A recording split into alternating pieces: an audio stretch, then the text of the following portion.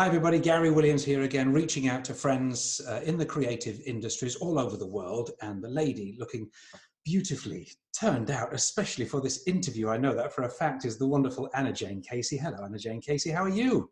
I'm good, Angel, how are you doing? I'm really well, thank you. Thank you for doing this today. I know you have a hectic schedule, do you not? Do you know what? The one thing that I think we'll all get out of this bloody nonsense that's going on is we will find skills we never knew we had.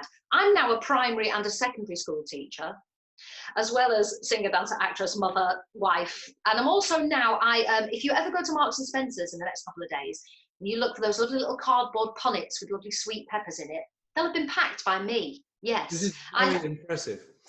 Well, anything to pay the mortgage at this point, my love. You know, you are far from alone, because so many of the people, my friends that I've been talking to in the business, that have, you know, we've all had, you know, wonderful opportunities and performed in great shows and had, you know, theatres, concert halls full of people on their feet telling us how wonderful we are. And now the reality is that nobody's got any work. Everybody's wondering how they're going to pay the bills. I mean, the help that the government's giving a lot of artists isn't helping a lot of artists because of the sort of various ways that the tax thing has worked. So many of us are terrified that the money's going to run out, and we have to earn it whenever we can. I was just talking to a friend of mine, Carl Draper, I did one of these interviews with, and he's running around in his car delivering foods and parcels to people who need food. It's whatever you can get. So what are you doing to survive? Well, we moved out to Kent a couple of years ago, my husband and I and my two little girls, and we've been here now 2 years. Thankfully, there's so much farming industry out here. Thanet Earth, which is one of the biggest growers and producers of fruit, any tomatoes that you'll see, the best of British, they're all grown there. And do you remember, we're just talking about old movies, you and I, do you remember the movie Coma? It's got Michael Douglas in it. So the Jefferson Institute, you know, where they hang all the bodies that are in the comas? Yeah. Well, Thanet Earth looks like the Jefferson Institute. It's like... You're not making it sound very attractive to anybody who wants a job there. I'm not selling it. But basically, there's me and a whole load of lovely Bulgarian women. I think I'm the only Brit in there. And the food gets grown in these massive grow houses, which looks like they're storing bodies. I'm sure they're harvesting organs on the side. Listen, it's going to happen. So they're growing all these tomatoes. They ship them into these massive pack houses. We stand on a line and we sort them out and we check them and we quality control them and get them in boxes and pack them out. This afternoon, though, there's 7 hours of standing on your feet, 6:30 in the morning till about 2:30 in the afternoon. Stand up. My knees were killing me because I'm a runner as well. I'm a marathon runner. So I was doing lots of squats, and these poor women were looking at me like, what is this new girl doing? Because they've all been there for years. They all know each other. I'm the only Brit. They're like, who is the crazy English woman? It would be great if when you go tomorrow, they're all going to be doing it. You'll have I know, they'll be like, is this the new thing we do? Like bending down, bless her. So that's what we're doing. And my husband has gone to work for Morrison's. Another one, he's packing. I do the daytime shift. He goes out at night and packs food. So, you know, we've got to find money where we can. One of the things that's so refreshing about this is that we are working in an industry that is so overflowing with bullshit, and we all sort of have to we get wrapped up in this thing. We're having to sort of present our best sides, and we're so busy. You know, we all hate that question. If you go to a party or something, what are you doing at the moment? Oh yeah, what are you doing? Yeah. You know, but isn't it? It's so refreshing now because nobody's doing anything. So nobody, nobody's trying to be sort of show off, and the fact actually that anybody who has a job doing anything at all is doing great, because we need money. Absolutely. Well, I've just found out that my husband and I are now known as key workers, so we can put our kids back into school. So we don't have to do mummy's homeschool anymore. The children are livid. My eldest is 13. She's like, you're going to send me back to school? Because she's been like, oh, just doing it on a computer at home. Said, you might have to go back in, dear. We're key workers. So I'm thrilled at the fact I can call myself a key worker for 5 minutes rather than a stagey song like that. I just do jazz hands. Yeah. I was just looking to refresh my memory of some of the things that you have done in your career. And I have to read the list because it's quite a long list. I mean, just for a start, West End performances, touring performances, Joseph, Grease, Starlight Express, West Side Story, where you met Graham, your husband, I think. Chicago, More Than One, Spamalot, Annie Get Your Gun, Stepping Out. I mean, you have had a remarkable career, and you know so many people in this business. What is the word from sort of the West End and that you're getting from the friends that you talk to? Well, I've got a friend who's playing the lead in We Need to Talk About Jamie, Melissa Jake. She's playing the mom in the moment in the West End, and she messaged me. I've been putting hilarious pictures on Instagram of me at Thanet Earth, yay, picking peppers. And she said, babes, we're about to find out. They're about to find out in the next couple of days whether a very successful show in, you know, everyone's talking about Jamie, is actually going to survive, because you know, producers, that as much as we think, oh, they're loaded, they're fine, there comes a point when, you know, the rent on the theatre, the wages to keep everybody going. I mean, I think what's happened, don't quote me on this, but I think for the majority of big West End shows, they've put them into kind of like a holding money, like, you know, just covering money, a couple of £100 a week just to keep everybody from, you know, not doing what I'm having to do. But realistically, when are these theatres going to open again? Because my husband and I were talking, my poor husband, who's been at home pretty much for the last 18 months, he did a big tour of Hairspray, which finished about 18 months ago. He's finally got a job. He's doing Sister Act with Whoopi Goldberg, Jennifer Saunders. They did 2 days of rehearsals and then they had to pull it because of COVID. So they are hoping that the show will then just remount itself in, you know, maybe towards the end of the year, but nobody knows. We have no idea what's going to be going on. And that's a really worrying situation. And we were talking the other night that, you know, they're talking about when they're going to start opening things up, bars, restaurants, you know, public places, other areas of work. I'm not just talking in entertainment, I'm talking everywhere. And we had a thought that because theatres are such an enclosed space, that this social distancing, you just won't be able to have it. You can't, as a producer, if you've got a 1,000-seater theatre, you can't have one seat empty, another seat sold, another seat empty, just to deal with the social distancing, because you won't make any money.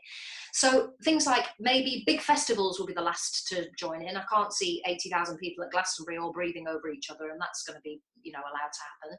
But as far as theatre goes, who knows? I mean, I don't know about you, but I had some cabarets booked through April and May at Crazy Coq's, the lovely Brasserie Zedel in Piccadilly Circus, and they've rescheduled those till August. But once again, you don't know. I mean, that's a very small room. There's 80 people, you know, it's a very kind of jazz environment, like Ronnie Scott's is, very small scale.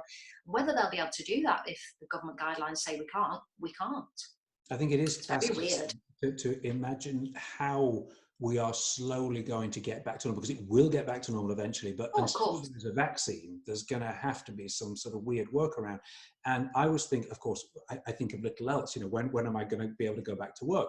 And I was thinking about the Crazy Coqs, and, you know, maybe that's a place that would be able to get back sooner because it's quite small, because you know, they may say, well, you know, crowds of sort of more than 100 or more than 200 are limited or something, but because that room only takes 80 people, then, you know, maybe smaller places like smaller restaurants and whatnot will be like. But of course, for me, the question is cruise ships, because like a big theatre that maybe has 2,000-3,000 people in it, a cruise ship can have at least that many, you know, often, well, not at least, you know, can have anything up to 6, 7, 8, 9,000 people on board. And how they would implement social distancing in these environments which are not conducive to that.